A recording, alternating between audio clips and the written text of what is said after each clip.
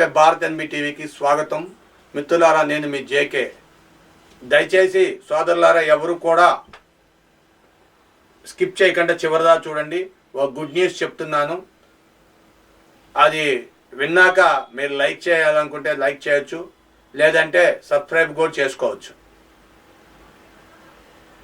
కూటమి ప్రభుత్వం ఎన్నికల సమయంలో ప్రచారం చేసింది, వాలంటీర్లకు ఉద్యోగాలు ఇస్తాం, వాలంటీర్లు తీసేయం, గతంలోనే వాలంటీర్లు తీసేయాలి అని అనేక రకాలుగా వైసీపీకి పనిచేస్తారు, అది ఇది అని చెప్పి అనేక రకాలుగా కంప్లైంట్లు ఈసీకి కంప్లైంట్ చేసి వాలంటీర్ని ఆపించిన వాళ్ళే తమ మనసు మార్చుకొని వాళ్ళే కూటమి ప్రభుత్వానికి మేము మద్దతు ఇస్తాము అని చెప్పి చెప్పకుండా వాళ్ళని చెప్పట్లేదు కాబట్టి వాళ్ళకి చెప్పారు. ఏమని? మీకు మీ ఉద్యోగాలు మేము తీసేయట్లా, వాలంటీర్గా మీకు ఉద్యోగాలు ఇస్తున్నాం, మీకు కావాల్సిన సౌకర్యాలు మేము కలుగజేస్తాం, అది కాకుండా మీకు 5,000 జీతం నుండి దరిదాపుగా 10,000 చేస్తాం అని చెప్పి వాగ్దానం చేశారు. గడిచిన 3 నెలలైనా సరే ఇంతవరకు కూడా ఎట్టి పరిస్థితుల్లో కూడా వాలంటీర్ల గురించి పట్టించుకోలేదని వాలంటీర్లు ఆందోళన చేస్తుంటే చంద్రబాబు నాయుడు మన సీఎం గారు వాలంటీర్లతో వీడియో కాన్ఫరెన్స్ చేసి వాలంటీర్ వెల్ఫేర్ అసోసియేషన్ వాళ్ళతో మాట్లాడి వాలంటీర్లు వెంటనే విధుల్లో దిగాలి, ముఖ్యంగా విజయవాడ సమీపంలో ఎన్టీఆర్ జిల్లాలో సమీపంలో తుఫాను బాధితుల్ని వెంటనే తక్షణమే ఆదుకోవాలి, వచ్చే వారం మీ గురించి కూర్చొని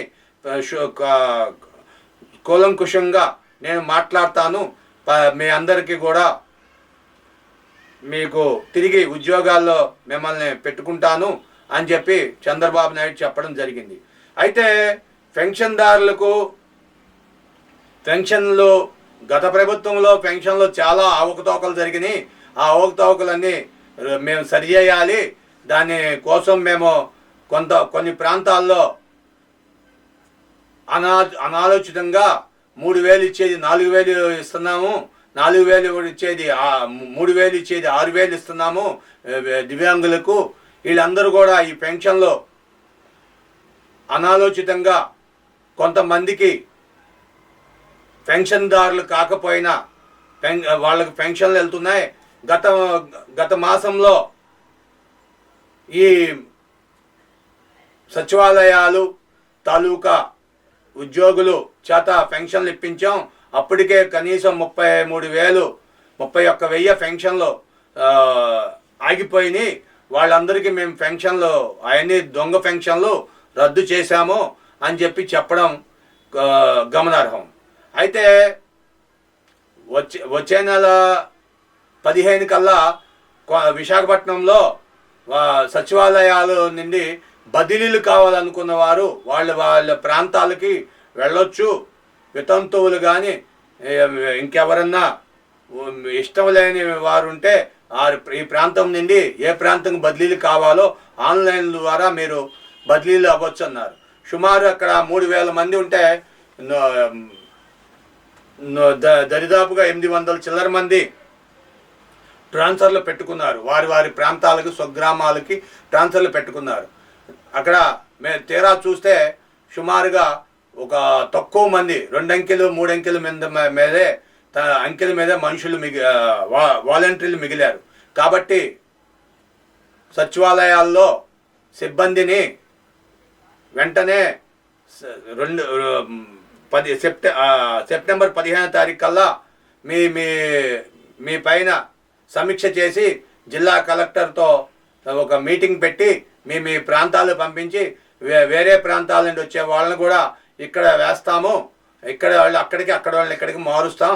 మరి విశాఖపట్నం జిల్లాలో ఎంతమంది ఉంటారో తెలియదు, మరి మిగతా జిల్లాల్లో కూడా ఇది పెట్టి ఈ విషయం అక్కడి నుండి కూడా ట్రాన్స్ఫర్లు పెట్టి వీళ్ళని ఇక్కడికి మిమ్మల్ని అక్కడికి మారుస్తాం, తొందరపడద్దు, అజాగ్రత్తగా ఉండొద్దు, జాగ్రత్తగా ఉండండి అని చెప్పి తెలిపినట్టుగా కూటమి ప్రభుత్వం చెప్తున్నారు. ఇంకొక విషయం ఏమిటంటే సినీ యాక్టర్లు అందరిలో పవన్ కళ్యాణ్కే అత్యంత ఎక్కువ సంపద ఉంది. కాబట్టే పవన్ కళ్యాణ్ 6 కోట్ల రూపాయలు వరద బాధితులకు ఇచ్చారు. అంతేకాకుండా ప్రతి పంచాయతీ జిల్లాకి ప్రతి పంచాయతీకి 1,00,000 రూపాయలు ఇచ్చారు, 4 కోట్లు ఇచ్చారు.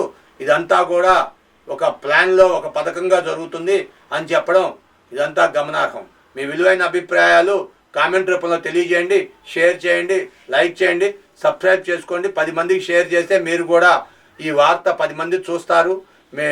మరిన్ని లైకులు మాకు వస్తాయి, మరిన్ని సబ్స్క్రైబర్లు పెరుగుతారు, సభ్యత్వాలు పెరుగుతాయి. Thank you for watching our channel, your channel. Thank you.